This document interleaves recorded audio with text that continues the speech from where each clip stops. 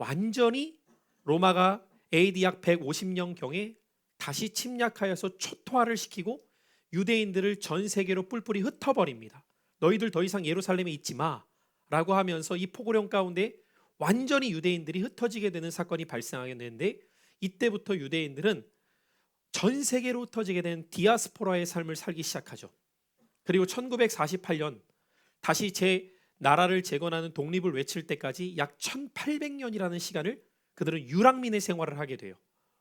그래서 여러분, 유대인의 역사를 보면은 AD 2세기 중엽부터 20세기 중엽에 이르기까지 약 1800년이라는 어마어마한 시간을 그들은 유랑민의 생활을 지내면서 자신들의 신앙을 지켜오고 있었던 거죠. 자, 그 안에서 우리 그러면 개신교, 오늘날 우리가 말하는 이 기독교는 어떤 역사의 흐름 가운데 또 이 풍랑 속에서 신앙을 지켜오는 싸움이 이어졌는지를 우리는 교회사를 통해 보고 있는 거죠. AD 1세기 마렵이 되면서 제자들은 다 죽습니다. 마지막 예수님의 제자라고 불려지는 사도 요한까지도 죽게 되었을 때에 그럼 교회 공동체는 어떻게 유지되었는가라는 질문을 던지게 되고, 이 사도들에게 직접 가르침을 받았던 제자들이 있었는데 이들을 누구라고 말했죠? 속사도라고 부르게 되었다 말씀드렸어요. 그래서 속사도의 기간을 약 30년경으로 잡습니다. AD 100년부터 AD 130년 어간까지 잡게 되었고, 이 속사도 때에 등장하는 대표적인 세 사람을 여러분이 꼭 기억하셨으면 좋겠다라고 말씀을 드리면서, 로마의 클레멘트라고 하는 사람이 있었고요, 안디옥의 이그나티우스, 그리고 서머나의 폴리캅이라고 하는 이 세 사람을 여러분이 꼭 기억하셨으면 좋겠다 말씀을 드렸습니다. 그리고 속사도들의 공통점은 하나같이 순교로 자신의 삶을 주께 드렸던 이들이었죠. 그리고 이 속사도의 죽음 가운데에 이제 교회에는 또다시 내부적인 위기가 놓이게 되었는데, 그것이 다양한 이단들의 출현임을 제가 지난 시간 말씀을 드렸던 거죠. 대표적으로 두 가지의 초대교회 이단이 있다고 했어요. 하나는 영지주의의 이단이 있었어요. 그런데 이 영지주의는 하나의 영지주의가 아니라 다양한 영지주의가 그 안에 속해 있는데, 영지라는 말은 어떤 의미라고 말씀을 드렸냐면 그노시스라는 의미로 우리들에게 특별한 영적인 지식이 주어졌다라고 하는, 어떻게 보면 특권층을 갖고 있는, 자신들의 우월성을 가지고 있는 어떠한, 오늘날로 말하면 신비주의에 해당되는 사람들이라고 말할 수 있을 겁니다. 이들이 등장하게 되었고요.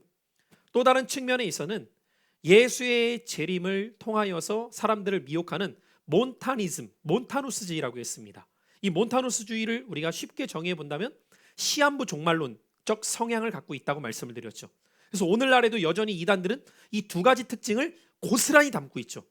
이단들의 첫 번째 특징이 뭐예요? 자신들만에게 어떤 특별한 계시가 주어졌다라는 신비주의를 뜻해요. 그래서 교주에게 직통계시라고 말하죠. 나는 하나님이 직접 나에게 말씀하셨어, 천사가 나에게 나타났어라는 방식을 통해서 이단들은 사람들을 미혹하거나, 혹은 시한부 종말론적 성향을 통해서 몇 년 몇 월 며칠 날 재림이 일어난다, 그러니 우리는 지금 이러고 있을 때가 아니다. 여러분, 벌써 좀 시간이 지났지만 한때 대한민국에 전쟁설이 터지기도 하면서 어떤 일들이 벌어지기도 하였죠. 막 한때 어떤 여자 교주를 중심으로 해서 대한민국 떠나야 된다 빨리.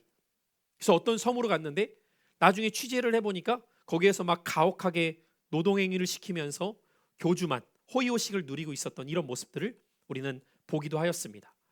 이것이 2000년 전부터 이어져 내려왔던 교회사의 역사인 것을 우리는 보게 될 때, 오늘 이 시대에도 어떻게 사단이 우리들을 미혹하고 있는지, 그리고 그들의 결국 궁극적인 목적은 사탄의 하수인이 되어서 정통 교리를 뒤흔들고 믿지 못하게 만드는 것이라고 했죠.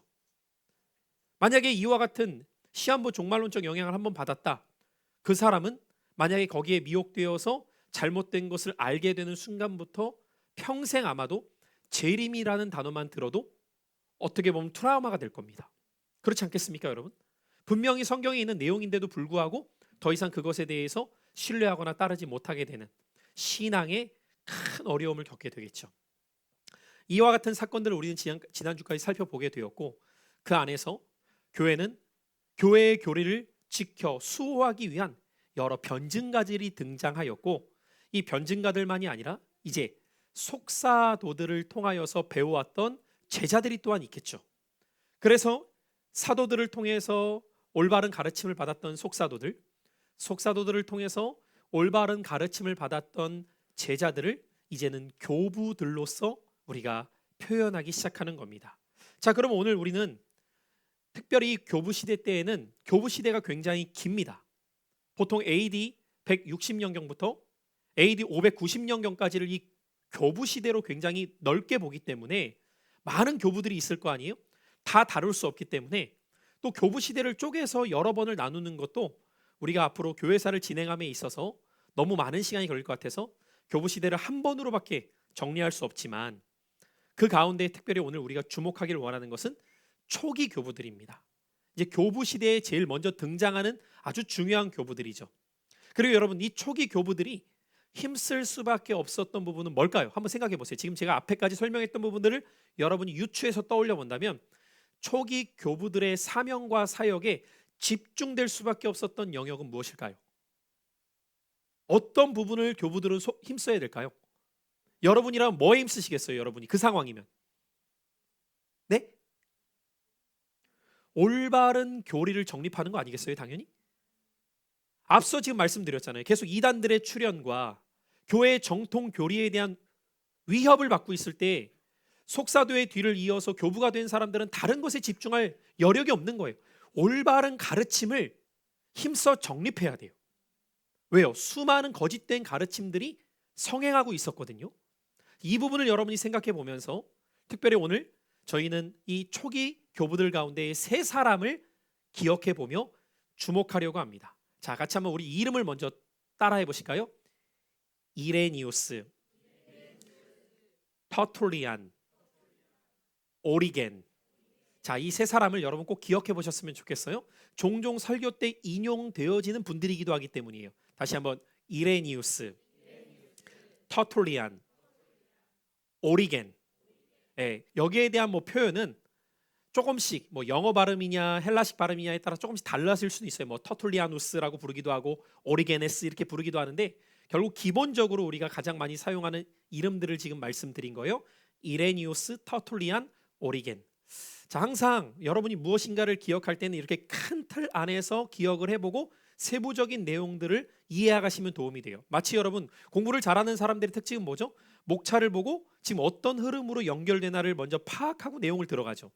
그러니까 여러분 속사도부터 지금 변증 시대를 거쳐서 이단의 횡행과 거기에서 교부들의 사역들을 연결지어서 생각해 보라는 거예요. 저는 어쩔 수 없이 매주 떼어서 여러분에게 가르칠 수밖에 없지만 역사라는 것은 떼어 있지 않잖아요. 뭐 어제까지는 딱 끝나고 새로운 시대가 열립니까? 그게 아니잖아요. 그 연결선상에서 지나왔던 시간의 흐름 속에 지금 내가 뭐에 집중해야 될지가 연결되어지는 것처럼 교회사도 마찬가지라는 거예요. 앞에 있는 내용들을 여러분이 떼놓고 이해하게 되면 말씀이 이해가 안 되죠. 그리고 그 자체에 대해서 교회사가 또 부분적으로밖에 이해가 안 돼요. 항상 앞과 연결을 시켜서 왜 그러느냐. 그러면 나중에 중세의 타락도 왜 일어나는가를 지금 여러분이 초기 기독교를 배워나가다 보면 그 이유가 이제 어디에서부터 시작되는지를 느끼게 됩니다. 그러면 이제 중세의 천년의 역사를 우리 함께 배워갈 때 그 역사 속에서 이제 근현대로 이어지게 되고 한국 교회사에 영향을 끼친 오늘날 왜 한국 교회는 이런 교단들이 생겨났고 그 영향은 어떻게 나타나게 되었는지까지 배우게 되면 지금 우리의 신앙 가운데 교단의 어떠한 색깔을 떠나서 어떻게 건전한 교리와 신앙을 내가 붙들고 신앙생활을 해야 할까까지 연결이 되겠죠. 이해되십니까? 이걸 저는 개인적으로 20주의 과정을 통해서 최대한 끝내보려고 노력을 하는 거예요. 쉽진 않습니다. 워낙 넓기 때문에 2000년 역사를 여러분 20주에 다룬다는 게 쉽진 않지만 물론 한국교회사를 빼고요. 한국교회사는 이제 좀 더 몇 주를 써야 되니까 그런 부분들에 있어서 우리가 함께 다루어 보면서 지금 가고 있는 거죠. 자, 그러면 여러분 이 교부 시대 가운데 특별히 이들이 힘써왔던 내용들이 무엇인지를 살펴보기에 앞서서 교부라는 표현, 처치 파더, 교회의 아버지라는 뜻이에요. 결국 이 교부라는 말 자체가. 자, 그 의미를 우리가 같이 한번 앞에 PPT를 보고 한번 읽어보도록 하겠습니다. 시작. 속사대의 뒤를 이어 교회를 지도했던 그들을 뭐라고 부른다고요? 교부라고 해요. 교회의 아버지의 몫을 한다. 교회의 역할을 감당해 나간다라고 하는 것을 교부라고 표현하는 거예요. 그래서 어떤 면에서는 속사도도 속사도 교부라고 표현할 때도 있어요. 그러나 이걸 좀 분리하기 위해서 속사도 교부 이렇게 표현을 더 많이 하고 있는 거죠. 자, 그러면 이 교부들 가운데에는 크게 두 종류입니다. 신학자들이 등장하고요, 목회자들이 등장하는 거예요. 물론 그 당시에는 신학과 목회를 나눌 수는 없었습니다. 이 두 가지 모두가 다 치열했기 때문에. 그래서 실제적으로 보면 여러분, 초기 기독교의 교부가 되는 사람들은 지성적으로나 영성적으로 굉장히 탁월했다는 것을 볼 수 있어요. 여러분은 지금은 그렇지 않아요. 지금은 좀 안타깝게도 이 신학의 퀄리티가 많이 좀 떨어져 있는 부분들도 있지만, 중세까지만 하더라도 여러분, 신학은 학문의 절정이라고 표현을 했습니다. 그래서 중세 시대를 보면은 뭐라고 표현을 했냐면, 신학을 누가 공부할 수 있느냐? 철학을 마스터한 사람만이 신학을 할 수 있다. 그래서 여러분, 이런 말씀 혹시 들어보셨나요? 중세 시대 철학은 신학의 신여이다 라는 문장이 있습니다. 그만큼 신학을 공부하기 위해서는 각 방면을 두루 섭렵해야지만 그 공부를 할 수 있다라고 여겨졌던 것이 중세 때까지였습니다. 그래서 학문적으로나 영성적으로 정말 탁월했던 이들이 교회사를 연구해 보면은 많았던 것을 볼 수 있어요. 특별히 오늘 우리가 살펴볼 이 교부 시대의 대표적인 초기 교부 세 사람 모두의 공통점이 바로 이와 같은 특징을 갖고 있어요. 학문과 지성적으로도 당대의 석학이었을 뿐만 아니라 영적으로도 하나님 앞에 매우 깨어있기 위해서 몸부림쳤던 사람들이었음을 볼 수 있게 되는 거죠. 그래서 사실 목회자로서 저도 늘 이 부분에 대해서 균형을 잡기 위해 몸부림치는 겁니다. 학문성으로도 뒤처지지 않기 위해서 끊임없이 연구하고 준비해야 되고요. 또 그것이 전부가 아니라 머리로 가르치는 것이 아닌 가슴이 파토스인 하나님의 마음이 부어질 수 있도록 또 기도하면서 복음을 전하기 위해 힘쓰는 거죠. 언제나 그렇게 건강한 목회자가 설 때 그 시대의 교회가 갱생이 되고 회복될 수 있기 때문이죠. 자, 그러면 우리가 오늘 처음으로 살펴볼 이 이레니우스라고 하는 사람에 대해 생각해 보고자 하는데요. 물론 저 그림은 실제 그림인지 모릅니다. 인터넷에 있는 그림을 제가 그 중에 하나를 선택을 하였지만, 이 이레니우스는 속사도 시대와 맞물려 있는 AD 130년경부터 200년까지 지내왔던 분인데, 이 이레니우스의 특징이 무엇이냐면 정통신학의 대부라는 별명을 갖고 있다는 거예요. 정통신학을 정립한 아주 중요한 교회사에 등장하는 교부입니다. 그리고 이 이레니우스는 누구의 제자였느냐? 폴리캅의 제자입니다. 자, 퀴즈 한번 내볼게요. 얼마나 잘 들으셨나? 폴리캅은 누구의 제자였습니까? 폴리캅은 누구의 제자였죠? 맞아요. 네. 사도 요한의 제자였습니다. 자, 그러니까 여러분 어떻게 지금 연결되는지를 이해하셔야 돼요. 사도 요한의 제자가 폴리캅이었고요, 폴리캅의 제자가 이레니우스였다는 거예요. 이렇게 연결이 지금 되고 있는 거죠. 그래서 이 리옹의 주교였다고 지금 표현을 하고 있는데, 제가 리옹이라는 지역은 오늘날로 말하면 프랑스 한 지역입니다. 오늘날로 말하면요, 그곳에서 주교로서 교부로서 교회를 지켜왔던 사람이었다는 거죠. 자, 이 이레니우스에 대한 여러 글들이 있는데요, 그가 목회를 하고 있었던 리옹이라고 하는 지역의 특징은 무엇이었냐면, 유세비우스의 글에 의하면 이 리옹이라고 하는 지역은 순수한 신앙을 가졌던 사람이 많았던 곳이었고, 그래서 많은 순교자가 배출되었던 곳이다 라고 기록이 남겨져 있어요. 그러니까 수많은 이들이 이 리옹이라는 지역에서 복음 때문에 순교하게 되었다는 거죠. 그런데 놀라운 것은요, 그들이 붙잡혀요. 그리고 고문을 당하게 되잖아요. 빨리 불어. 너 가족 누구야? 또 예수 믿는 사람 누구야? 이렇게 고문을 당한 거 아닙니까? 그때마다 이들은 로마어로 딱 한 문장만을 반복하면서 순교했다고 해요. 그 한 문장이 무엇이었느냐? 나는 그리스도인입니다. 여러분, 오늘 우리가 쓰고 있는 이 나는 그리스도인이라는 한 문장이 얼마나 귀한 고백인지, 우리에게는 너무 쉽게 고백되는 이 한 문장이 그들은 죽는 순간까지도 이 한 문장만 말하고 죽었던 거예요. 왜 그랬을까요, 여러분? 왜 이 한마디밖에 하지 못했을까요? 이 한마디 안에는 두 가지 의미가 담겨 있었어요. 하나는 자신이 그리스도인임을 당당하게 밝히는 그들의 신앙의 결기였고, 또 하나는 다른 말을 하게 될 때 혹시나 내 가족이나 교회에 피해가 끼쳐질까 봐. 왜냐하면 내가 예수 믿는데 내가 누구인지가 밝혀지면 내 가족도 다 죽거든요. 내 가족도 몰살당할 수 있으니까 밝힐 수가 없는 거예요. 그래서 그 고통스러운 고문을 당하면서도 한마디만을 되풀이했을 뿐이라고 해요. 나는 그리스도인입니다. 자신의 가족, 자신의 친구, 심지어 자신의 마을까지도 드러날 것을 두려워했던 이들은 나는 그리스도인이다라는 이 한 문장을 반복하면서 순교의 반열에 오르게 되었다는 거예요. 그런데 이 유세비우스의 또 다른 글에 보면 그들 가운데에는 이 박해를 견디지 못해 배교하는 이들이 생겨나게 되었다는 겁니다. 자, 그러면 여러분, 이 배교한 이들은 어떻게 되었을까요? 유세비우스의 글에 보니까 너무도 심한 고문을 견디지 못해 배교한 사람들은 살 줄 알았지만 그들에게는 로마 당국이 어떤 죄를 뒤집어 씌웠느냐? 오히려 살인자, 범죄자라는 혐의를 뒤집어 씌워 결국 이들도 다 사형에 해당당했다는 거예요. 그러면서 놀라운 것은 마지막 죽음에 이르게 되었을 때 꼿꼿하게 신앙을 지킨 순교자의 반열에 오르는 사람들의 표정을 보면 그들은 당당하고 기뻐했다는 거예요. 그러나 배도를 하고 죽음에 이르게 되는 사람들은 두려움 가운데 휩싸인 표정이었다는 겁니다. 이것이 나누어지게 되었다는 거예요. 그래서 한번 우리 앞에 유세비우스의 글을 같이 한번 한 목소리로 읽어볼까요? 시작.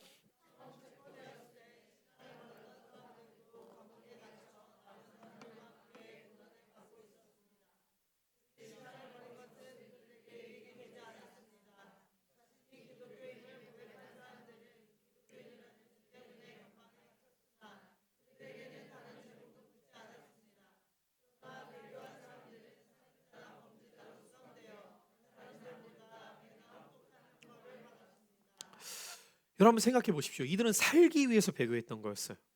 근데 그들에게 주어진 결과는 무엇이었습니까? 배나 혹독한 형벌이었을 뿐이었어요. 그리고 이들도 결국은 사형에 처해지게 되었다는 것이죠. 우리는 이 초기 기독교의 글을 통해서 무엇을 깨달아야 될까요?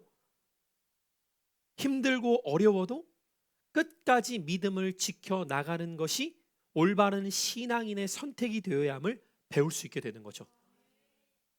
여러분, 오늘 이 시대에도 마찬가지입니다. 이런 박해는 없지만 자신의 편리성을 위하여서 얼마든지 신앙을 타협하고 신앙을 포기하는 사람들이 있습니다. 그러나 당장은 모를 거예요. 언젠가 주 앞에 서게 되는 날 그에 대한 결과는 확연히 달라질 겁니다.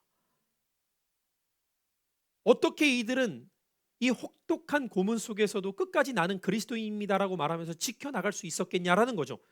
여러분, 이 세상에 존재하는 그 누구도 목숨이 아깝지 않은 사람은 없는데 그들을 지켜왔던 것은 개인의 의지와 결심이 아니었습니다.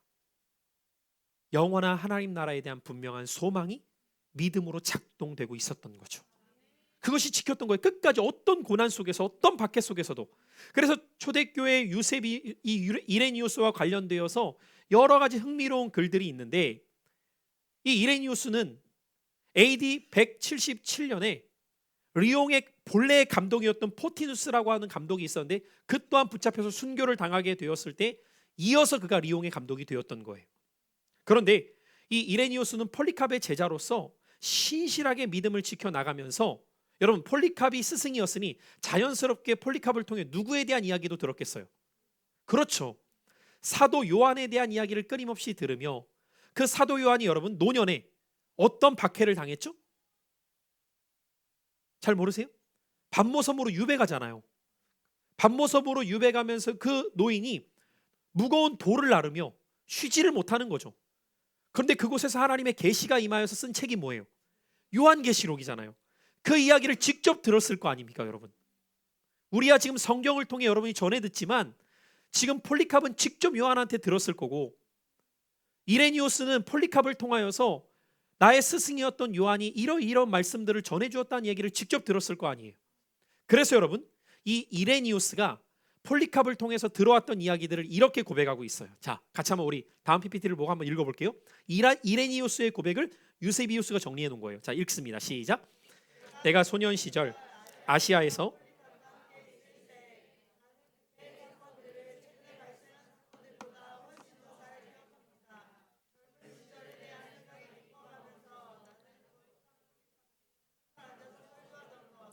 그가 들어오던 문, 그가 걸었던 걸음걸이, 그의 행실, 그의 체격, 사람들과의 담화, 요한과의 친숙한 교제, 그리고 자주 말했던 것처럼 직접 주님을 목격한 사람들과의 친밀하게 지낸 것 등도 이야기할 수 있습니다. 폴리갑이 행한 지적으로나 그가 가르친 모든 교리는 구원의 교리를 직접 목격한 증인들에게 받은 것이기 때문에 성서와 일치하고 있습니다. 그래서 저는 이 이레니우스의 고백을 보면서 느끼게 되는 것 중에 하나는 무엇이냐면, 신앙의 결은 누구를 통해 배우느냐에 따라 빚어져 가는구나. 여러분, 폴리갑이 순교하면서도 내 영혼을 받아주심에 주를 위해 순교할 수 있음에 기쁩니다라고 말할 수 있었던 이유는 그의 스승이었던 요한의 신앙과 삶이 그에게 흘러 들어왔기 때문에 가능한 거죠. 또한 이레니우스도 그러한 신앙을 가질 수 있었던 이유는 자신의 스승이었던 폴리갑이 어떻게 죽었는지를 본 겁니다. 86세에 화형당해 죽을 때에 마지막 순간까지도 두려움에 떨었던 것이 아니라 오히려 나 같은 자가 주의 사랑을 입어 주를 위해 순교할 수 있는 영광스러운 자리에 설 수 있음에 감사하다는, 여러분 그 마지막 고백을 우리가 지난번에 보았잖아요. 이것을 지켜봐왔던 이레니우스는 무슨 생각을 하겠습니까? 기꺼이 주를 위해서 내 생명을 던지는 것이 그리스도인의 삶이구나를 그냥 보는 겁니다. 그냥 습득하게 된 거예요. 그러니 그는 죽음을 초월해서 복음을 전하는 삶을 살아갈 수밖에 없었겠죠. 그의 신앙과 삶의 결이 얼마나 아름다웠던지 고을 지방에 있었던 많은 순교자들의 추대를 받았다는 거예요. 그가 감독이 되었으면 좋겠다라는. 그래서 한 순교자는 붙잡혀가게 되었을 때에 이 이레니우스를 기꺼이 기쁜 마음으로 추천하는 내용을 이렇게 썼다고 해요. 자, 같이 한번 우리 다음 글을 보죠. 시작. 이레니우스는 우리가 당신에게 추천한 바와 같이 그리스도의 약속을 열심히 따르는 사람이니 그렇게 여겨주시기 바랍니다. 만일 의로운 인물을 천거해야 한다면 우리는 교회의 장로인 그를 가장 으뜸 가는 인물로 천거하겠습니다. 그러니까 로마의 감독에게 지금 이 글을 보내면서 이레니우스를 추천하고 있는 거예요. 그의 신앙이 우리 모두에게 선한 영향을 줄 만큼 우리는 기쁨으로 그를 추천합니다. 결국 여러분, 함께 지내면 우리는 그 사람의 신앙이 어떠한가를 보고 느끼게 됩니다. 그렇죠, 여러분? 말하지 않아도 그가 정말 신실한지 그렇지 않은지, 그가 교회만 왔다 갔다 하는 사람인지 진짜 하나님을 사랑하는 사람인지 알게 돼요.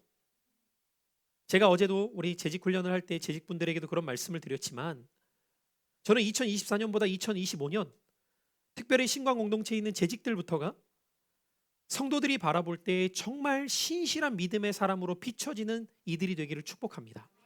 그것은 내가 말해서 알게 되는 것이 아니에요. 말하지 않아도 그의 신앙의 태도와 그의 신앙생활의 모습을 보면 드러나게 되어 있잖아요.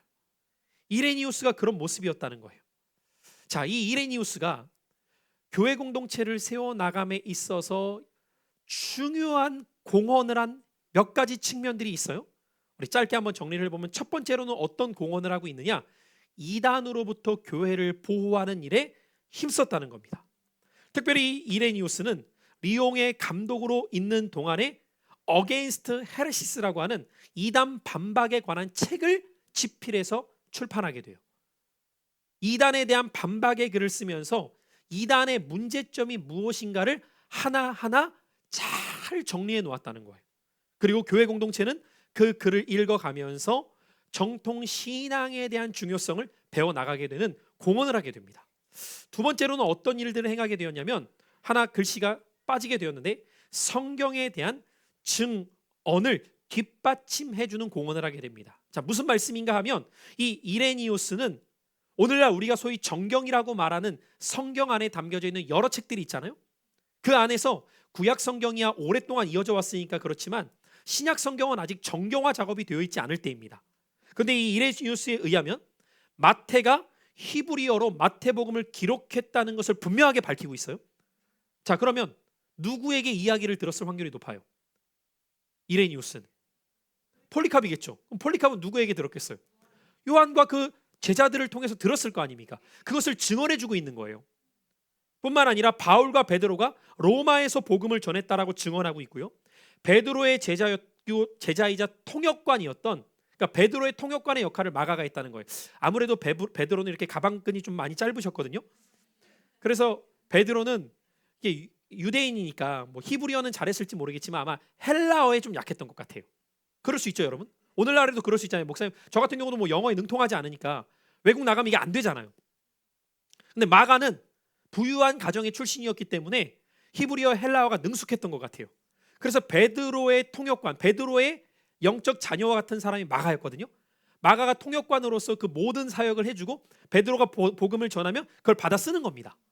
그래서 베드로 전후서도 베드로가 기록했지만 누가 써요? 마가가 다 받아 쓴 거예요. 마가에 의해서 집필된 게 베드로서란 말이죠. 그것을 이레니우스가 증거하고 있고요. 또한 사도 요한이 아시아와 에베소에 머무는 동안에 복음서를 기록했다고 증언합니다. 이 복음서는 어떤 복음서일까요? 지금 제가 사도 요한이라고 했잖아요. 복음서에 여러 가지가 있어요, 여러분. 어떤 복음서겠어요? 요한복음. 그럼 요한복음이 어디서 기록됐다는 거예요? 아시아 지역인 에베소에서 기록됐다고요. 이걸 누가 증언하고 있다고요? 이레니우스가. 그러니까 우리가 교회사를 연구해 보면 이런 부분들이 이제 알 수 있게 되는 부분인 거죠. 그리고 요한계시록이 도미티안 황제의 박해 때에 통치 만렵 때에 기록한 것임을 이레니우스의 증언을 통해서 알 수 있게 되는 거죠. 곧 사복음서를 비롯하여서 상당히 많은 오늘날 신약 성경에 해당되어지는 부분들을 이레니우스는 성경에 관한 증언들을 남겨놓음으로 말미암아 오늘 우리에게 그것이 정경이 될 수 있는 신빙성을 제공해 주었다는 거예요. 이게 이레니우스의 아주 중요한 공헌이에요. 왜냐하면 제자들과 속사도들 시대만 하더라도 그 당시에는 정통 교리에 대한 정립보다도 그냥 기독교 자체의 태동기이기 때문에 많은 작업들을 하지 못했는데 이제 교부 시대에 이르러서는 그것을 하나하나 정립해가는 시간이 찾아온 거죠. 그리고 그 일에 이레니우스 같은 교부가 아주 지대한 공헌을 하고 있었는 거예요. 세 번째는 그로 인하여서 정통 교리에 대한 정립입니다. 자, 당시 영지주의자들은 늘 자신들에게 있어서 어떤 특별한 계시를 주장하고 있었을 때 이레니우스는 거기에 대한 반박과 함께 신구약에 대한 통일성을 주장하기 시작합니다. 여러분, 성경의 놀라움은 무엇이냐? 캐노니즘이라고 해서 이 정경론이라는 게 있어요. 사실 좀 깊이 학문적으로 들어가면 이 정경론만 해도 굉장히 많은 학문성을 갖고 있는데 66권 성경이 과연 어떻게 정경이 될 수 있었는지부터 공부를 하는 거거든요, 여러 가지. 근데 이 정경론을 하다 보면요, 여러분, 그 안에서 우리가 발견하는 놀라운 진리 중에 하나는 무엇이냐면 그것이 정경에 대해야 될 몇 가지 요소가 있어요. 이를테면 몇 가지만 예를 들어본다면 사도들의 증언이 확실한가? 이런 몇 가지 검증 절차를 다 거치거든요. 그냥이 아니라. 근데 그 중에 하나가 무엇이었냐면 구약에 계시되어 왔던 하나님의 진리가 신약 복음을 통해서 통일성을 갖고 있는, 이게 굉장히 중요한 부분이에요. 그러니까 여러분, 왜 성경이 하나님의 말씀을 우리는 믿게 되냐면 이 66권의 성경이 연대기로만 하더라도 약 1600년경입니다. 1600년 동안 쓰여진 책이라고요. 저자만 40명가량이 돼요. 시대가 다 다르고 사람이 달라요. 그런데 창세기부터 계시록까지 보면은 하나의 주제를 가지고 통일성을 이루고 있다는 거예요. 그러니까 우리가 그걸 잘 못 보고 놀라지 않는 이유는 모르니까 해요. 늘 말씀드리지만 안 보이고 모르면 안 놀래요. 근데 이제 이게 보이고 하나하나 깨달아지면 와, 정말 그렇다고? 어떻게 이렇게 놀라운가? 마치 여러분 복음서만 보더라도 마태복음을 여러분 성경을 읽어보십시오. 마태복음에서 제일 많이 반복되는 단어가 뭐예요? 이루어지려 하심이라. 이루려 하심이라 제일 많이 반복됩니다. 마가에선 제일 많이 반복되는 게 뭘까요? 즉시, 곧 이런 단어입니다. 왜 안 놀래는지 제가 알아요. 그게 무슨 의미야? 이제 그걸 안 놀래요. 근데 이게 구약에서부터 여러분 4000년의 역사가 메시아에 대한 예언을 부분으로 계속해서 시대마다 하고 있었는데 다른 시대 가운데 이 모든 예언들이 진짜 메시아라면 성취를 해야 되잖아요. 근데 이 모든 예언에 대한 성취가 예수 그리스도를 통해 성취됨을 마태는 증명하고 있다고요. 그러니까 이런 통일성을 보게 될 때 성경의 기자들은 내가 쓰고 싶은 글이 아니라 성령께서 감동을 주셔서, 모든 성경은 하나님의 감동으로 되었다고 했잖아요. 감동을 주셔서 이게 풀어지게 하신 거죠. 밝히 보이게 하셔서 기록하게 하셨단 말이에요. 이런 내용들을 이레니우스가 정경 안에서 신구약의 통일성을 이루어내기 위한 작업을 하고, 뿐만 아니라 당시 유대교와 기독교의 가장 큰 차이가 뭐냐라는 이 질문 앞에 많은 사람들이 갈등을 하고 있었다고 말씀드렸습니다. 특별히 유대교에서 기독교로 개정한 유대인들일수록 도대체 유대교와 기독교의 차이가 뭐야? 똑같이 하나님을 섬기는 것 같은데 라는 질문 앞에서 답을 줘야 됐던 것이 바로 예수 그리스도와 성령님에 관한 질문이었다는 거죠. 유대교는 단일신론이에요. 야훼 하나님만 신이십니다. 성령이나 성자를 신과 동등되게 여기지 않아요. 그때 이레니우스는 이 삼위일체의 하나님에 대한 통일성을 주장하기 시작합니다. 성부, 성자, 성령에 대한 이 복음서의 가르침을 그는 통일성 있게 바라보면서 잘못된 이단들을 대적하는 일들을 행했다는 거죠. 그래서 앞서 말씀드린 것처럼 이단 반박이라는 그의 책을 보면 영지주의를 해설하며 이성에 의해서 영지주의가 얼마나 문제가 있는지를 논박할 뿐만 아니라 선지자와 주님의 말씀과 사도들이 기초한 성경으로부터 논박을 했다는 내용들을 볼 수 있게 되는 거죠. 이러한 이레니우스의 전체적인 가르침을 뭐라고 부르게 되었냐면 총괄갱신, 이런 거 모르셔도 돼요.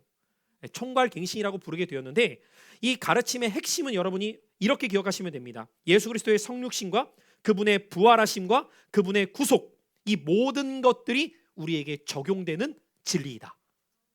그래서 그가 이 모든 것들이 우리에게 적용될 때 나타나는 것을 어떻게 정리를 하였냐면, 아담 안에, 이건 기억하셨으면 좋겠어요.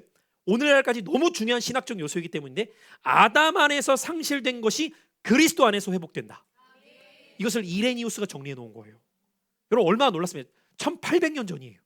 우리는 지금 그냥 너무 자주 들으니까 그런가 보다 하는데, 그럼 아담 안에 상실된 것이 뭔지를 알아야죠. 뭐가 상실됐을까요? 그렇죠. 그게 나오는 거예요. 하나님의 형상.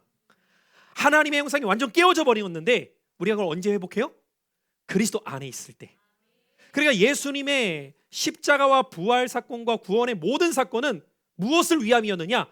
하나님의 형상을 회복시키기 위함이었다는 거죠. 그래서 그 하나님의 형상이 회복될 때 우리는 다시 하나님의 자녀의 권세 가운데 살아갈 수 있게 된다는 것을 언급하면서, 로마서에 기록된 바울의 증언처럼 아담 안에서 상실된 것을 제2의 아담인 예수 그리스도 안에서 회복된다. 이것이 그의 가르침에 담겨져 있었다는 거죠. 뿐만 아니라 이레니우스는 이단에 대처하여 교회는 보편적이고, 우리가 거룩한 공교회성을 말하죠. 이 사도신경에 들어가는 것을 이레니우스의 가르침에 영향을 받은 거예요. 이 공교회성, 보편성, 보편적이고 하나의 신앙을 갖고 있다는 것을 명확했다. 이 하나의 신앙은 무엇을 말하느냐? 사도로부터 교회를 통하여 계승되어 온 가르침입니다. 따라해 보시죠. 사도를 통해 교회에 임한 가르침, 이게 계승되어 왔다는 거예요. 이것이 하나의 가르침입니다. 그래서 여러분, 오늘날에도 우리가 붙잡아야 될 신앙은 사도성의 가르침 가운데에서 교회 안에 전해져 내려온 보편적 교회 안에 담겨져 있는 진리가 되어야 합니다. 이것이 너무 중요하다는 거죠.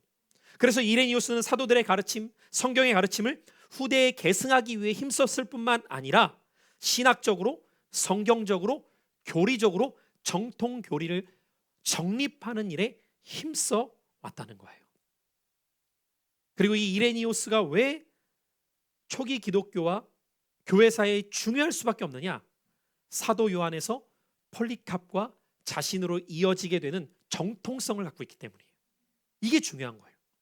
그냥 어느 날 등장해서 깨달았다는 게 아니라 사도 요한에서 폴리캅과 이레니우스로 연결되어지는 이 전통은 오늘날 우리가 교회사를 이해함에 있어서 너무도 중요한 자리를 차지하고 있다는 겁니다. 자, 두 번째로 우리가 살펴볼 인물은 터툴리안입니다. 지난번에 성경 퀴즈를 우리 박다솔 집사님이 이 사람을 맞춰서 선물을 받았는데, 이 터툴리안은 라틴의 신학자로 불려지면서 초기 대표 신학자 중에 한 사람인데요. 이 사람은 본래 불신자의 가정에서 태어납니다. 그리고 40세가 될 때까지는 신앙생활을 하고 있지 않았던 사람이에요. 그런데 이는 제법 괜찮은 집안에서 태어나서 어려서부터 헬라어 지식과 헬라어 문학, 그리고 법, 철학 등을 교육받으면서 탄탄한 이론을 구축해 왔었어요. 그러다가 그가 40세가 되던 해에 예수 그리스도를 영접하는 사건이 일어나게 돼요. 제가 지난번에도 여러분에게 그래서 그런 말씀을 드렸죠. 하나님 없이 우리가 살아갈 때 내가 준비했던 것이 복음을 만나게 될 때에는 주를 위해서 그것이 새롭게 쓰임받게 된다. 그 중에 한 사람도 터툴리안이라는 거죠. 그리고 그는 62세에 세상을 떠나게 되는데요. 약 20년 동안 세상을 떠날 때까지 그는 그 20년의 시간을 뭐에 집중을 하였느냐? 교리를 정립하는 데 당연히 집중을 해야겠죠. 중요한 시기니까. 그런데 교리를 정립하는 일에 있어서 그는 뭐에 특별히 집중을 하냐면 집필 사역입니다. 책을 쓰는데 엄청나게 집중을 합니다. 그가 쓴 책이 어느 정도였냐? 20년 동안 1500페이지가 넘는 책을 30권 이상 저술합니다. 기독교에 관련된 책만 1500페이지. 여러분 책 써보셨어요? 책 한 권 쓰는 게 쉽지 않아요, 여러분. 보통 우리가 일반적으로 보는 책이 300페이지 내외거든요.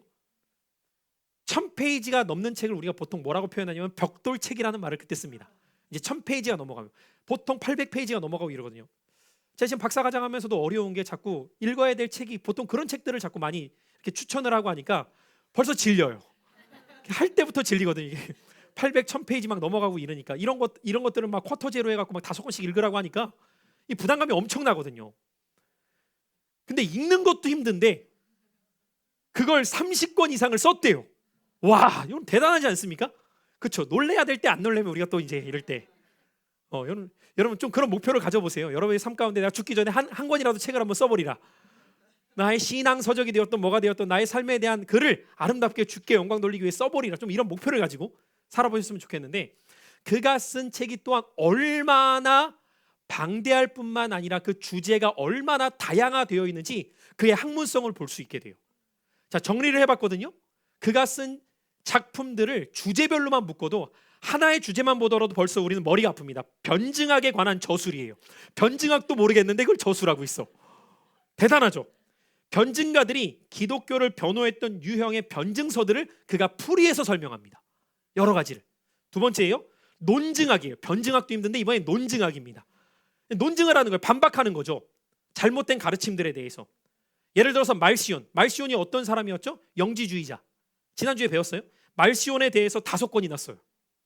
발렌티누스에 대해 반대하는 글, 프락시스에 대항하는 글들은 이 논증서들을 써요. 그러니까 그들은 막 부딪혀서 싸우려고 하는 것이 아니라 정교한 글로 까는 겁니다. 네, 오늘날로 말하면 사설인 거예요.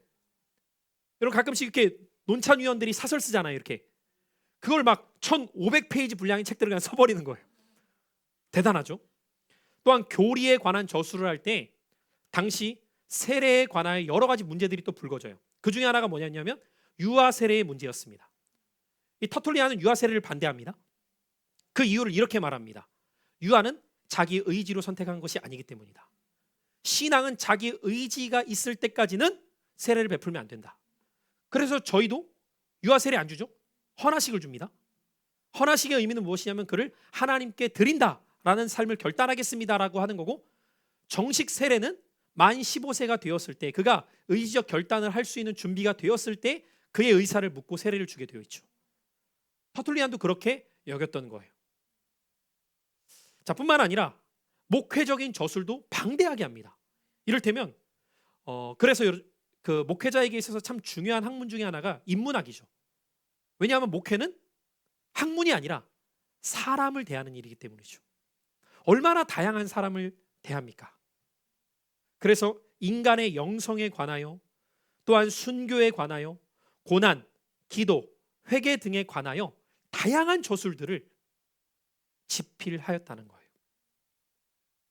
어떤 면에서 하나님께서는 참 사람들을 각양각색으로 쓰실 때 과연 나는 어떤 모습으로 하나님께 쓰임받기를 원하는가 기도해 보셔야죠. 그래서 터툴리언이 남긴 역사적 공헌 2가지만 우리가 생각해 본다면, 첫 번째로는 삼위일체에 관한 공헌이죠. 그러니까 이레니우스까지만 하더라도 성부, 성자, 성령에 대한 언급은 했지만 이것에 대해서 학문적 표현과 정립을 못했는데, 터툴리안은 확실히 법학자다 보니까 이걸 용어화시켜 버립니다. 그래서 터툴리안이 최초로 사용한 용어가 뭐예요? 삼위일체라는 말을 쓰게 된 거예요. 최초로. 그렇죠? 그러니까 법학자들의 특징이 그런 것 같아요. 용어화를 참 잘하죠. 두 번째로 좀 어려운 표현인 것 같지만 성경에 대한 고등 성경관. 이 고등 성경관은 High View of Scripture라는 의미인데, 그 의미는 무엇이냐면 성경 안에 담겨져 있는 영감된 하나님의 말씀을 우리가 대할 때 인간의 이성으로 접근해서는 안 된다는 겁니다. 인간의 이성만으로 접근해서는 안 되고 성경의 권위를 철저하게 존중하여서 그 권위 앞에 내가 복종해야 된다는 거예요. 자, 그럼 뭐예요? 이성으로 이해하지 말라는 것은 이해하지 말라는 의미가 아니라 이해할 수 있겠지만 이해하지 못하는 영역이 생길 때는 어떻게 해야 돼요? 권위 앞에 내가 복종하려고 해야 되지, 이건 이해할 수 없으니까 말이 안 돼, 이러면 안 된다는 겁니다. 그러니까 철저히 성경의 권위를 인정한 거죠. 뿐만 아니라 그의 저서에서 신약의 25권이나 인용할 만큼 이미 정경화 작업이 되어지기 전부터 신약 성경에 대한 인정을 하고 있었다는 것을 보고, 구약 시대를 어떻게 오늘에 이르기까지 이제 나누게 되었냐면, 그래서 여러분 지금도 우리가 시대별로 표현할 때가 있잖아요. 이를테면 이런 표현을 들어보신 적 있을 거예요. 구약은 성부 하나님의 활동 시대, 복음서는 성자 하나님의 활동 시대, 사도행전 이후에 오순절이 임한 다음부터는 성령 하나님의 활동 시대. 이 표현을 터툴리안이 처음 하게 돼요. 이해되시죠? 그러니까 이런 표현을 듣다 보면 우리가 들어왔던 것이 그냥이 아니라 이렇게 교회사 안에서 그런 표현들 한 분들이 계시는구나 느끼게 되는 거죠. 그래서 구약은 성부 하나님, 복음 시대는 성자 하나님, 오순절 이후에는 성령 하나님이 활동하고 계신다. 이런 표현을 사용하게 되면서 그는 저술에 힘을 다하다가 임종이 가까웠을 때 이렇게 멋진 한 문장을 고백하고 주 앞에 가게 되었다고 해요. 그리스도인은 이 땅을 여행하는 나그네이다. 많이 들었죠? 많이 들었죠. 그러니까 오늘날 우리가 쓰고 있는 어떤 표현들이 어느 날 갑자기가 아니라는 거죠. 벌써 신실한 믿음의 사람들이 믿음으로 표현했던 것들이 어떻게 보면 오늘날 우리가 사용하는 많은 용어들로 사용되어지고 있는 거죠. 마지막, 오리겐이라고 하는 사람입니다. 열심히 진도를 나가는데도 시간은 왜 이렇게 빨리 가는지 늘 마음이 쫓깁니다. 열심히 정리를 해서 하고 있는데도, 자, 오리겐은 이 알렉산드리아라는 곳에서 태어났지만 두로에서 세상을 떠나게 된 사람인데요. 그의 성장 과정을 보면 주목해야 될 많은 내용들이 있어요. 그래서 유세비우스의 글을 보면 이 오리겐에 대한 내용이 굉장히 많은 부분을 기록으로 차지하고 있어요. 그는 신실한 기독교 가정에서 태어납니다. 그의 아버지의 이름이 레오니데스라고 기록되어져 있는데 그 아버지도 아주 신실한 하나님의 사람이었다는 거예요. 그래서 자녀를 낳았는데 아들을 낳은 거예요. 그래서 이 아버지는 어떻게 하면 내 자녀를 신실한 하나님의 사람으로 키울까를 어려서부터 고민합니다. 이 아이를 어떻게 신실한 하나님의 사람으로 키울까? 그러니까 여러분, 부모 세대를 축복합니다. 여러분의 자녀를 향해 그 고민하십시오. 어떻게 내 자녀를 신실한 하나님의 사람으로 키울까? 그리고 이 아버지가 행했던 것은 무엇이었냐면 이 자녀가 똑똑했어요. 어렸을 때부터. 그런데 헬라 천학과 문학을 접하기 전에 성경을 너의 속에 두어야 된다. 하나님의 말씀을 외워라. 그래서 어렸을 때부터 성경을 먼저 가까이 하도록 훈련을 시켰고, 유세비우스의 증언에 의하면 오리겐도 이것을 기쁨으로 받아들이며 이 일을 수행했다 이렇게 표현을 해요. 그냥 읽었다 정도가 아니라 수행했다 이렇게 표현을 한다고. 얼마나 열심히 했으면. 그 아버지의 그 아들, 저도 기도합니다. 여러분도 기도하십시오. 그 아버지가 신앙 때문에 결국은 붙잡혀서 감옥에 갇히게 됩니다. 근데 아버지가 바란 것은 풀려나는 게 아니라 순교를 갈망했다고 해요. 그 안에서 나도 순교하기를 원한다. 그 아버지의 그 아들이라고 했죠.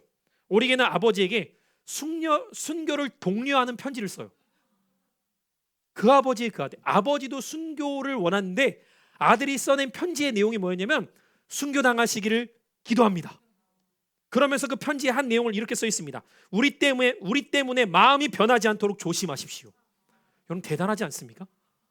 아들이 쓴 편지인데 이때 아들의 나이가 몇 살인지 아세요? 17살입니다. 17살. 우리로 말하면은 고1이에요. 고1에 아빠한테 써서 보낸 편지가 아버지 순교하기를 우리도 기도합니다. 우리 때문에 마음이 흔들리지 않도록 조심하십시오. 그리고 아버지는 AD 202년에 순교를 당하게 되죠. 이때 오리겐의 나이 17살밖에 되지 않았어요. 여러분 순교는 순교로 끝나지 않죠. 순교당하면 어떻게 되었을까요? 모든 재산이 몰수당합니다. 한순간에 거리에 내앉게 생긴 거예요. 그러나 그의 어머니와 자신과 동생들은 이것을 마땅히 여겼다고 해요. 참 대단하지 않습니까, 여러분? 그런데 하나님은 이 가정을 버리셨을까요? 돌보셨을까요? 어떻게 돌보셨느냐? 당시 엠브로스라고 하는 독지가가 나타나서 그에게 그의 가정에 필요한 모든 것을 공급하기 시작합니다. 이것이 하나님의 은혜의 손길이었어요. 그리고 그 다음 이듬해인 18살이 되었을 때 그는 신앙의 기초 지식을 가르치기 위해 학교를 세웁니다. 18살에 학교를 세워요. 참 보통은 아니죠. 18살에 학교를 세워요. 그리고 그는 성경이 가르치는 대로 철저하게 자신의 삶으로 실천해 나가기 시작하였고, 유세비우스는 그의 삶을 향해 이렇게 한 문장으로 정리합니다. 다음 볼까요? 같이 한번 읽어보죠. 시작. 참 우리를 부끄럽게 하는 한 문장 아닙니까, 여러분? 우리가 늘 말하는 게 있죠. 신앙과 삶이 일치되어야 된다. 그런데 그를 지켜보는 사람들이 그를 보면 기독교 교리가 무엇인지를 알았다 말할 정도입니다. 신앙이 그냥 삶으로 연결되어진 거죠. 그리고 그의 삶은 주경야독에 매진합니다. 낮에는 열심히 일을 하였고요, 밤에는 잠을 줄여가며 성경을 공부하고 자주 금식하고 경건 생활에 매진했다고 해요. 그러면서 AD 215년경, 약 그의 나이 30쯤이 되었을 때 저술활동에 힘쓰기 시작해요. 당시 가난했던 가정이기 때문에 출판하려면 돈이 필요했는데, 이때에도 앰브로스라고 하는 사람이 모든 출판비를 대기 시작합니다. 그는 열심히 저술에 집중하기 시작하면서 많은 책들을 펼치게 되었고, 그의 명성이 그 지역에 퍼지기 시작하였고, 많은 이들이 그에게 관심을 갖고 그의 가르침에 호기심을 가져 찾아오기 시작했다고 말해요. 뿐만 아니라 그는 어느 정도로 성경 그대로를 실천하기 위해 몸부림쳤냐면, 마태복음 19장 12절에 있는 말씀을 그대로 실천합니다. 여러분 찾지 마세요. 마태복음 19장 12절이 뭘까요? 잘 모르시겠죠. 마태복음 19장 12절은 어떤 말씀이냐면, 나면서부터 고자가 된 자도 있고 천국을 위해 스스로 고자가 된 자도 있느니라는 말씀입니다. 이 말씀을 문자 그대로 실천하기 위해서 자신의 생식기를 제거합니다. 그 이유를 두 가지로 보통 이야기를 합니다. 많은 사람들이 자신의 가르침을 배우기에 왔을 때 혹여나 여학생들이 찾아오게 되잖아요. 그러면 다른 사람들에게 있어서 그것이 하나의 흠이 되지 않도록 아예 거세를 해버린 거예요. 그만큼 하나님의 뜻대로 살아보려고 노력했다는 거죠. 참 쉽지 않은 일들을 그는 행합니다. 로마의 30대 황제였던 데키우스 황제 때에는 그는 붙잡혀 투옥되었는데, 극심한 고문 가운데에도 그는 신앙을 변절하지 않고, 그가 3년 동안이나 이 투옥기를 거치면서 고문을 당했는데 갑작스러운 황제의 죽음과 함께 풀려나게 돼요.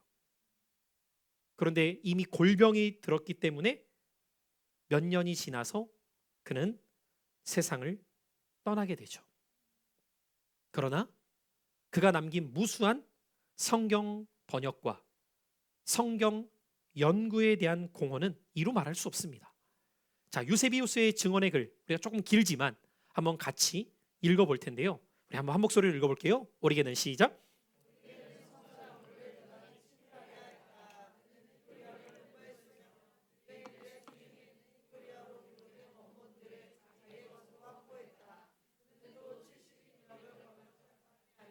다른 사람들이 발행한 성서의 번역본, 잘 알려져 있는 아필라, 신마쿠스, 데오도티온, 이 역본들과는 다른 역본들을 연구하였다. 그는 샅샅이 수색하여 아득한 옛날부터 숨겨져 있던 곳을 더듬어 추적하여 그 역본들을 찾아내어 빛을 보게 만들었다. 그는 이렇게 하면서 찾은 것 중에 역자를 알 수 있는 역본에는 자신이 그것을 악티움 근처에 있는 니코폴리스에서 발견했다는 표를 해두었다. 자, 계속해서요. 시작. 그는 헥사플라의 시편에 관한 4개의 훌륭한 역본들에 이어 5번째, 6번째, 7번째 역본을 추가했는데, 그 중에 하나는 세베루스의 아들 안토닌 시대에 여리고의 목욕탕에서 발견되었다고 표시되어 있었다. 여러분 여기 안토닌 시대는 누구예요? 옥타비아누스와 함께 대전을 벌였던 안토니우스를 말하는 거예요. 1세기 그 문서를 발견하게 되었다는 거죠. 예수님 동시대 때의 사람들이에요. 자, 계속 한번 볼게요. 시작. 그는 모든 역본들을 수집한 뒤 그것들을 구두법에 따라 적절한 그룹으로 분류한 뒤 그것들을 하나의 컬럼에 서로 대칭되게 정리하고 거기에 히브리어 원문을 추가했다. 그리하여 오늘날 우리가 소유하고 있는 헥사플라를 우리에게 남겨주었다. 그는 또 별도로 아킬라와 신마쿠스 데오도티온의 역본과 70인역을 합하여 테트라플라라 불리는 작품을 만들었다. 그리고 어찌 보면 최초의 관주 성경입니다. 여러분, 관주 성경이 뭐예요? 성경을 딱 보다 보면 어디 말씀을 보면 연결된다, 이런 내용들을 하나하나씩 이제 관주를 단 거예요. 그리고 어디에서 발견했다라고 하면 정확하게 그 발견한 것을 기록에 남겨서 신빙성을 가질 수 있도록 했고, 또 그러지 않았던 것들은 잘 자료를 모아가면서 하나하나 이 성경을 모집했다는 거예요. 여러분, 이 열정이 얼마나 대단합니까? 초대교회 오리겐에 이와 같은 노력들이 있었기 때문에 성경 연구의 깊이는 더해지기 시작했어요. 그러면서 그가 남긴 주석들 중에 많은 부분이 유실되었지만, 그럼에도 불구하고 그가 남긴 작품들은 오늘날 그가 어떤 인물이었는가를 우리에게 밝혀주고 있는 거죠. 오리겐의 명성이 얼마나 대단했는지, 그 동시대에 얼마나 대단했는지 우리 유세비수의 글 한 번만 더 보도록 할게요. 같이 보죠. 시작. 오리겐의 훌륭한 학식이 널리 알려졌기 때문에 여러 지방에서 많은 사람들이 그의 거룩한 학문에 관한 지식을 시험해 보려고 왔다. 많은 이단자들과 유명한 철학자들도 부지런히 그의 강의를 들으면서 그에게서 거룩한 교리에 관한 것만 아니라 이방 철학에 속한 가르침도 얻었다.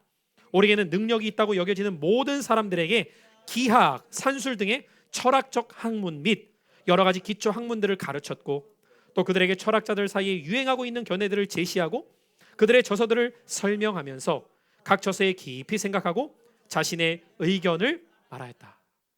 대단하지 않습니까, 여러분? 하나님께서 시대마다 난 사람들을 통해 어떻게 보면 교회 공동체에 기둥을 세워가셨던 것 같아요. 그러니까 여러분, 오늘날 우리의 신앙은 저절로 흘러온 것이 아니라 이런 어마어마한 하나님의 사람들이 때마다 있었기 때문이라는 거죠. 우리는 단순히 성경 지식만 갖고 있었던 것이 아니었다는 거죠. 이방 철학과 기하학, 산술까지 섭렵할 만큼, 그래서 믿지 않는 자들에게 변증적으로, 논리적으로, 논증적으로 복음을 전할 수 있는 준비가 되어 있었다는 거죠. 그래서 유세비우스의 또 다른 글에 보면은 이 오리겐 스스로가 자신에 대해서 이렇게 밝히고 있는데, 제가 읽어드릴 테니까 한번 들어보세요. 내가 전적으로 말씀에 전념하여 내 명성이 널리 퍼지게 되면서 나는 때때로 이단자들의 방문을 받았고, 때로는 히랍 학문에 능한 사람들, 특히 철학을 연구하는 사람들의 방문을 받았다. 따라서 나는 이단자들의 견해, 그리고 진리를 말한다고 주장하는 철학자들의 저서들을 조사해 보기로 결심했고, 판테누스를 모방하여 이 일을 해오고 있다. 무슨 말이냐면, 쉽게 정리한다면 이단자들과 이방 철학자들이 와서 자신과 대화를 몇 마디 해보잖아요. 그러면 그들의 사상을 독파하는 겁니다. 그런 다음에 그들을 논증할 글을 썼다는 거예요. 그러니까 대단한 거죠, 여러분. 몇 마디를 나눠보면 지금 이 사람들의 주장이 뭐고 뭐가 잘못됐는지를 다 정리한 다음에 그걸 글로 써서 내보냈다는 거예요. 그만큼 이 시대 가운데 하나님께서 오리겐이라는 사람을 통해서도 일하셨구나를 볼 수 있죠. 특별히 오리겐의 중요한 업적 중에 하나는 무엇이냐면 구약의 22권의 성경의 목록을 제시해 주었다는 거예요. 그러니까 오늘 우리가 39권의 성경의 목록들이 있잖아요. 그것들을 제시하는 제안을 하게 되었고, 사복음서에 대한 분명한 언급을 하면서 정경 형성에 지대한 공헌을 끼치게 되었다는 거죠. 자, 우리 마지막으로 이 공헌 하나하나씩만 살피고 마무리할 텐데요. 첫 번째, 로마 당국의 기독교를 담대하게 변호했습니다. 그러니까 그는 변증가의 역할을 감당했다는 거죠. 두 번째는 많은 학교를 설립하여 기독교 지도자들을 배출했다는 거예요. 사실 여러분, 이 복음의 능력 중에 하나는 무엇이었냐면, 세계교회사를 보더라도요, 복음이 들어가는 곳에는 항상 뭐가 따라 들어갔느냐? 교육이 따라 들어갔어요. 여러분이 지금 미국의 네로라는 학교와 우리나라에도 네로라는 학교 보면 다 선교사들입니다. 하버드, 목사님 아들이었어요. 하버드 대학, 예일 똑같습니다. 프린스턴 말할 것 없습니다. 우리나라도 어떻습니까? 뭐 연세대학교, 이화대학교 다 선교사들의 영향 아닙니까? 그래서 여러분, 본래는 복음이 문화를 변혁시키는 힘이 있었단 말이에요. 근데 어느 순간부터 우리는 세상의 문화의 영향을 받고 있죠. 그래서 여러분, 기도하셔야 됩니다. 내 때가 아니더라도 내 자녀나 손주 때에 이런 기독교 지성을 갖고 있는 이들을 통하여서 문화를 변혁시킬 수 있는 사람들이 세워지기를. 여러분, 하나님은 기도하고 소망하는 대로 이루어 가시잖아요. 내 때 안 되면 내 자녀 때, 내 자녀 때 안 되면 내 손주 때 그런 사람 나와야죠. 근데 여러분, 그러려면 제가 말씀드렸잖아요. 믿음의 부모 세대가 있을 때 그건 빨라진다고요. 믿음의 부모가 아니라고 안 생기진 않아요. 근데 더뎌진다고요. 왜요? 그 토양을 갈아야 되잖아요. 근데 믿음의 부모가 심고 기도하면 빨라진다고요. 요한 웨슬리가 그냥 나오지 않습니다, 여러분. 항상 언제나 시대마다 믿음의 세대를 통해 계승되어지는 후대가 그 역할을 감당해요. 세 번째로 교회 내에 영적 지도자로 우뚝 서 있었다는 거예요. 흔들림 없이. 여러분, 그래서 저는 제가 목회 사역하면서 하나님 앞에 늘 다짐하는 것 중에 하나가 그거예요. 적어도 하나님이 저에게 이 운정신과교회를 맡기셨을 때 영적 지도자도 흔들림 없이 서 있는 제 자신이 되는 겁니다.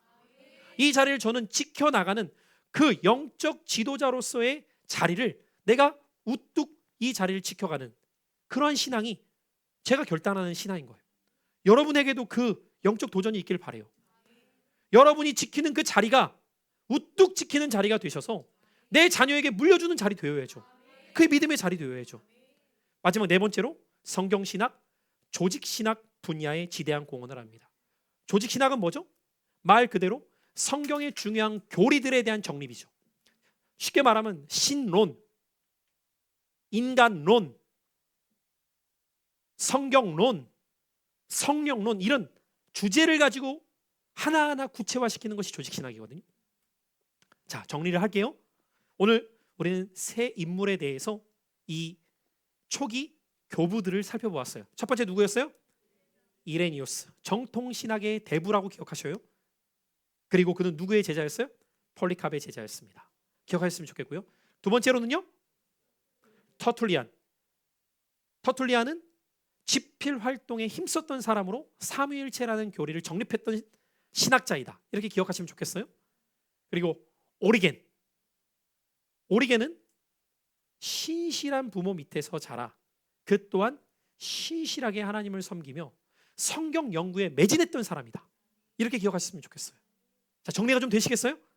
우리가 이런 이들을 통하여서 여러분은 어떤 신앙의 결을 담고 싶습니까?